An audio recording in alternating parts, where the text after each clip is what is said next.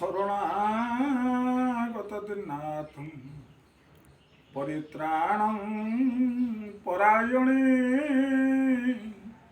সর্বসাতে হরে দেবী মা শারদে দেবী নমস্তুতি। জয় মা শারଳା। ଆଜିକାର ନୀତିବାଣୀରେ ଆପଣମାନଙ୍କ ପାଇଁ ସୁନ୍ଦର କଥାଟିଏ। ଗୋଟିଏ ଗ୍ରାମରେ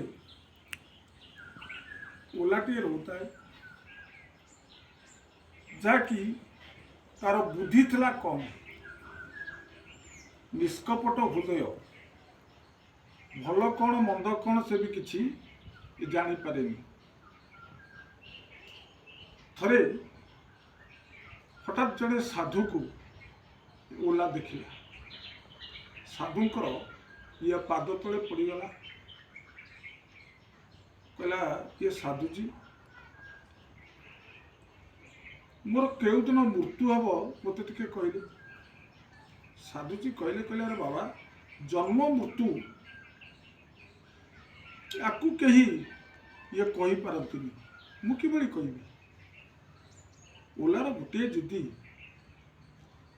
ନାଇଁ ସାଧୁଜୀ ମୋତେ କୁହନ୍ତୁ ମୋର ମୃତ୍ୟୁ କେବେ ହେବ। ସାଧୁଜୀ ଇଏ ଚିନ୍ତା କଲେ, ଇଏ ଜଣେ ନିହାତି ଇଏ ବୋକାଟିଏ, ଆକୁ ଯଦି ମୁଁ କୌଣସି ଉତ୍ତର ନ ଦିଏ ଇଏ ମୋତେ ଆଉ ଛାଡ଼ିବାର ନୁହେଁ। ସାଧୁଜୀ ସେଇଠି କହିଲେ, ଆରେ ବାବା, ଯେଉଁଦିନ ତୁ ଦିଟା ଜହ୍ନ ଦେଖିବୁ ସେଦିନ ତୁ ମରିବୁ। ବୋକା ଜଣକ ଏ କଥାକୁ ମନେ ରଖିଲା, ଘରକୁ ଆସିଲା। କିଛି ଦିନ ଯାଇଛି, ପୂର୍ଣ୍ଣିମା ତିଥି ପଡ଼ିଥାଏ, ଘରେ ଶୋଇଛି। ଚାଳ ଛପର ଘରଟି ଇଏ ପବନରେ ଉଡ଼େଇ ନେଇଥାଏ। ଘର ଭିତରେ ଥାଇ ଦେଖିଲା ଇଏ ଜହ୍ନଟି, ପଦାରେ ଆସି ଦେଖିଲା ସେଇ ଜହ୍ନଟି। କିନ୍ତୁ ବୋକା ଜଣକ ଚିନ୍ତା କଲା, ଇଏ ବୋଧେ ଦିଟା ଜହ୍ନ। ମୁଁ ଘର ଭିତରେ ଦେଖିଲି ଗୋଟିଏ ଜହ୍ନ, ବାହାରେ ଦେଖିଲି ଗୋଟିଏ ଜହ୍ନ। ଏହି ସମୟରେ ସ୍ତ୍ରୀକି କହିଲା, ମୋତେ ଇଏ ମଶାଣିରେ ନେଇ ବର୍ତ୍ତମାନ ଇଏ ପୋତି ଦିଅ। ମୋର ଆଉ କିଛି ସମୟ ପରେ ମୃତ୍ୟୁ ହେଇଯିବ। ସାଧୁଜୀ କହିଥିଲେ, ଦିଟା ଜହ୍ନ ଯେଉଁଦିନ ଦେଖିବୁ ସେଦିନ ଇଏ ତୋର ମୃତ୍ୟୁ ହେବ, କିନ୍ତୁ ତା ପୂର୍ବରୁ ମୋତେ ନେଇ ମଶାଣିରେ ପୋତିବି। ସ୍ତ୍ରୀ ରାଗି ଯାଇ କହିଲା, ଏଭଳି ଇଏ ବୋକା ଲୋକ ପାଖରେ ଇଏ ରହିବାଟା ଉଚିତ ନୁହେଁ। ଆକୁ ମୁଁ ଇଏ ମଶାଣିରେ ପୋତି ଦେଇ ଇଏ ବାପ ଘରକୁ ଯିବି। ମଶାଣିରେ ନେଇ ଇଏ ପୋତିଲା, କିନ୍ତୁ ବୋକା କହିଲା, ସବୁ ପୋତି ଦେ, କିନ୍ତୁ ମୋ ବେକ ପାଖରୁ ପୋତନା। ସ୍ତ୍ରୀ ସ୍ୱାମୀକି ପୋତି ଦେଇ ଇଏ ବାପ ଘରକୁ ଗଲା। ବୋକା ସେଇଭଳି ମୁଣ୍ଡକୁ ଉପରକୁ କରି ଇଏ ଚାହିଁକି ରହିଥାଏ। ରାତ୍ରି ହେଲା, ଦି ଚାରି ଜଣ ଇଏ ଚୋର ବସିକିନା କଥାବାର୍ତ୍ତା ହେଲେ, କାଲି କାହା ଘରେ ଆମେ ଯିବା, ରାତିରେ ବସି ଚୋରି କରିବା। ବୋକା ଏ କଥାକୁ ଶୁଣିଲା। ବୋକା କହିଲା, ଭାଇ, ମୁଁ ତମ କଥାକୁ ସବୁ ଶୁଣିଦେଲି, ତମ ସାଥିରେ ମୋତେ ନିଅ। ଚୋରମାନେ ତାକୁ ଖୋଳିକି ବାହାର କଲେ, ଠିକ୍ ଅଛି, ଆମ ସାଙ୍ଗରେ ଯିବୁ ଯଦି ଠିକ୍। ତା ପରଦିନ ଜମିଦାର ଘରକୁ ଇଏ ଚୋରି କରିବାକୁ ଗଲେ। ଓଲାକୁ କହିଲେ, ତୁ ଭିତରେ ପଶ, ଯାହା ଜିନିଷପତ୍ର ଅଛି ଆମ ହାତକୁ ବଢ଼ା। କିନ୍ତୁ ଓଲା ଭିତରେ ପଶିଲା, ଦେଖିଲା ଗୋଟିଏ ଭଲ ମୃଦଙ୍ଗଟି ଥୁଆ ହେଇଛି, ତାକୁ ବସିକିନା ବଜେଇଲା। ଜମିଦାର ଉଠିଲା, ତାକୁ ବାନ୍ଧି ପକେଇଲା। ବାନ୍ଧି ପକେଇ ରାଜାଙ୍କ ପାଖକୁ ନେଇକି ଗଲା। ରାଜା ସମସ୍ତ ବୃତ୍ତାନ୍ତ ଶୁଣିଲେ। ରାଜା କହିଲେ, ଇଏ ଚୋର ନୁହେଁ।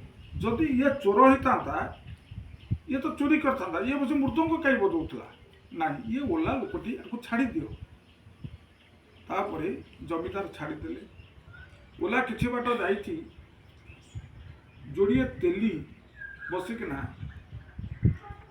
तेल घणा भितर भर्ती कर कहला भाई टिके तेल दिंतनी ना चुप ये रजा घर के तेल जीव तोरे तेल रे अधिकार नहीं कहला टिके भाई दियो मुंडे लगे कहला ना हेनी ओला से ठिया होता तेल ढालू ढालू टिके तेल तले ये ढाली होगला ओला ताकू जाई आणिकिना मुंडे लगेदेला तापरे दुई जन तेली ताकू धोइले गोटे चापुड़ा देले कहले तेल ढालिले राजांकर आयुष बढ़े तू ताकू मुंडे नहीं लगेदेलु ओला चिंता कला कला टिके तेल ढाली राजांकर आयुष जदि मासे कि 2 मास बढ़िबो गोटे बाड़ी आइला से तेल घणा को ये बाड़ी देला सबू तेल ढालीगला तापरे दुई जन जाक तेली ये राजा पाखक नेले ओला कहला हे महाराज टिके तेल ढालीला ये कहले राजांकर आयुष बढ़िबो मुझे सबू तेल को ढालीदेली आपणकर आयुष 50 वर्ष बचे बोली राजा हसिले कहले कहले अरे ये ओलाटा ताको छाड़ी दियो काहे ताको आनिछ छाड़ीदेले तापरे ओला जाई गोटे गुड़िया दुकान पाखे जाई ठिया होइकी देखिला गोटे झीटी बसी था झीटी पचारा अरे बाबा तुम ना कौन ना मो ना हूँ ये माछी माछी पचारा कहला ये जो जिनस तुआ जा ना कौन ना खा जा माछी कौन कला तो खाई चलला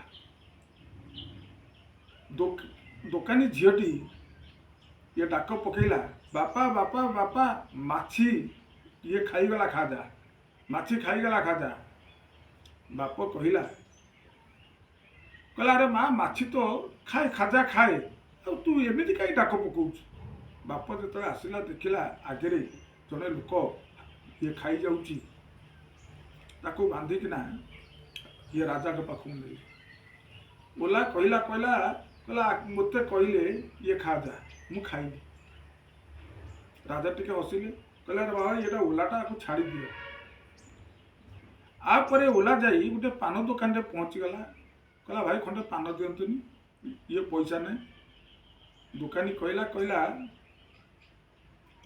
जी खाऊ पान तारी उठे जा उठ बसीद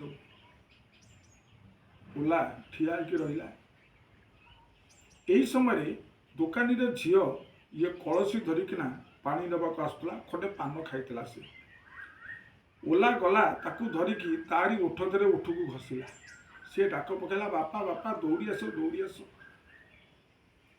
यही समय दुकानी जो आसे ये उठरे उठ घसुची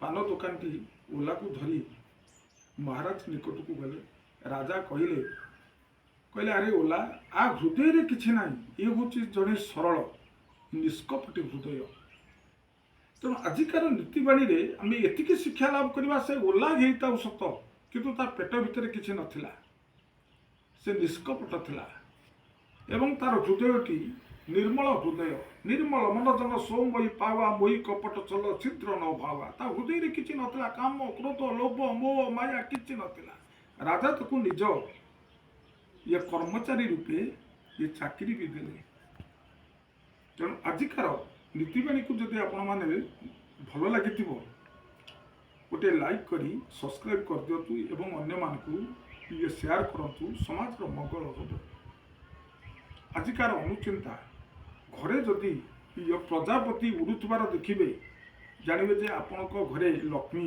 आसीगले यही थिला आजिकार नीतिवाणी ये अनुचिंतार ये निर्चास कथा एतिकी कही मोर अनुचिंता ये नीतिवाणी को मु समाप्त करुच्ची ये प्रणाम जय जगन्नाथ।